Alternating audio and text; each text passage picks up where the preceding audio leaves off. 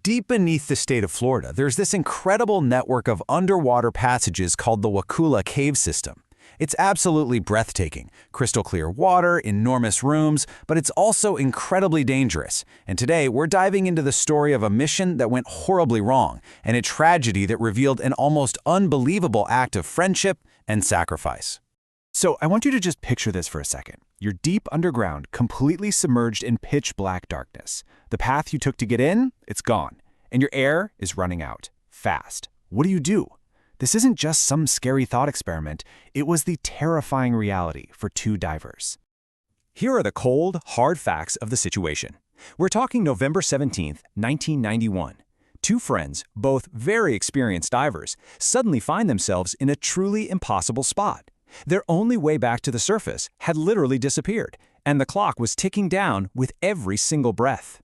And this is the exact moment that an exploration mission turns into a frantic fight for survival. This is when the divers realize they are completely sealed in, with an oxygen supply they can count down in minutes.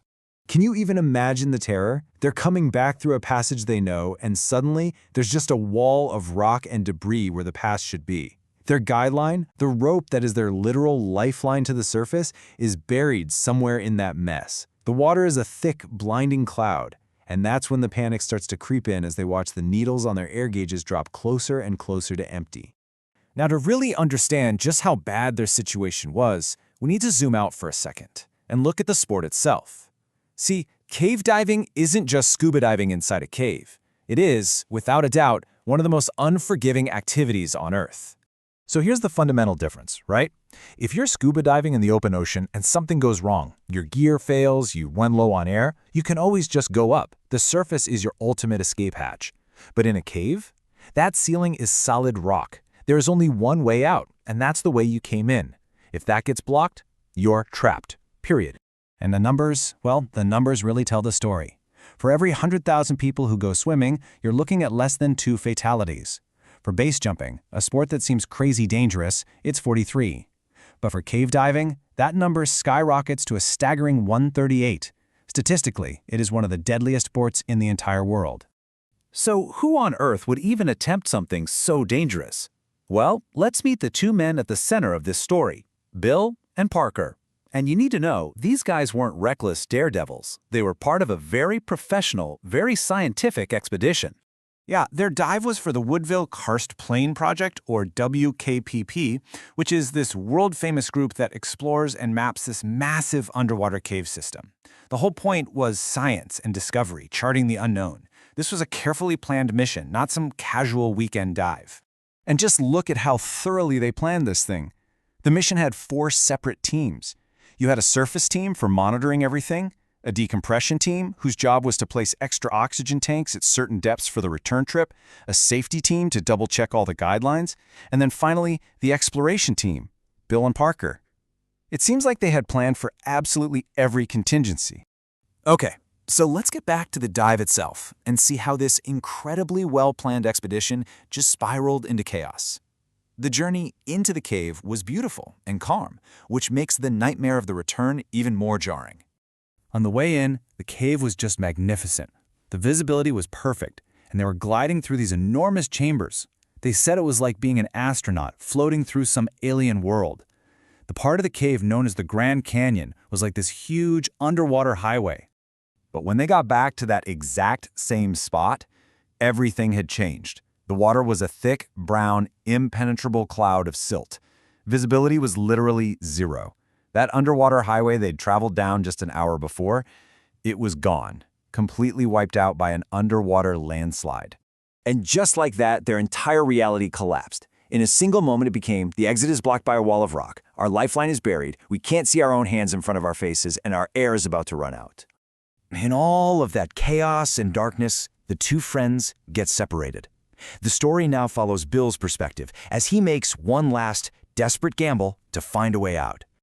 Bill, trying to stay calm and think logically, grabs his dive slate and scribbles a quick message to Parker. Wait here. He decides to swim back just a little way to check a line marker, just to be absolutely sure they're not lost.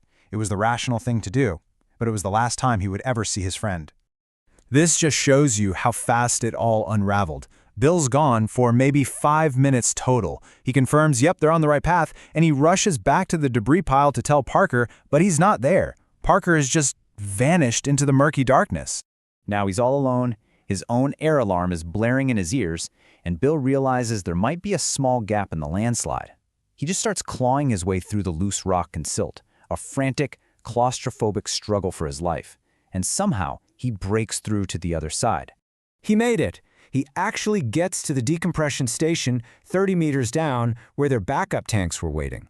He takes a huge, life-saving breath of fresh air, and then his heart just sinks.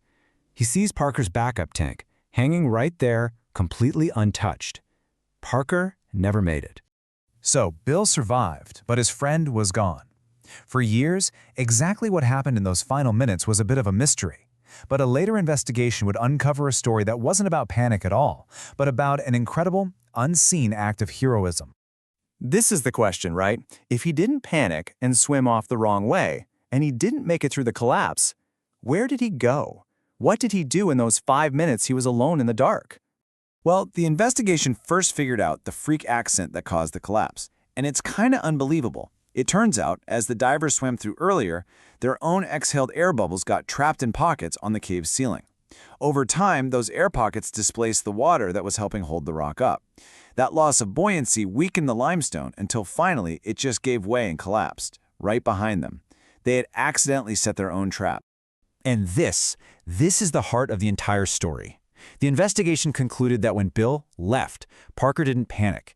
He knew the only way out was through that pile of debris. So, in his final moments, with his own air running out, he used his hands to dig.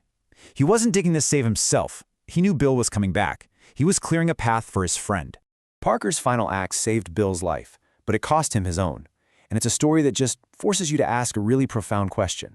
When everything is on the line, when survival looks impossible, what are we willing to do for the people we care about?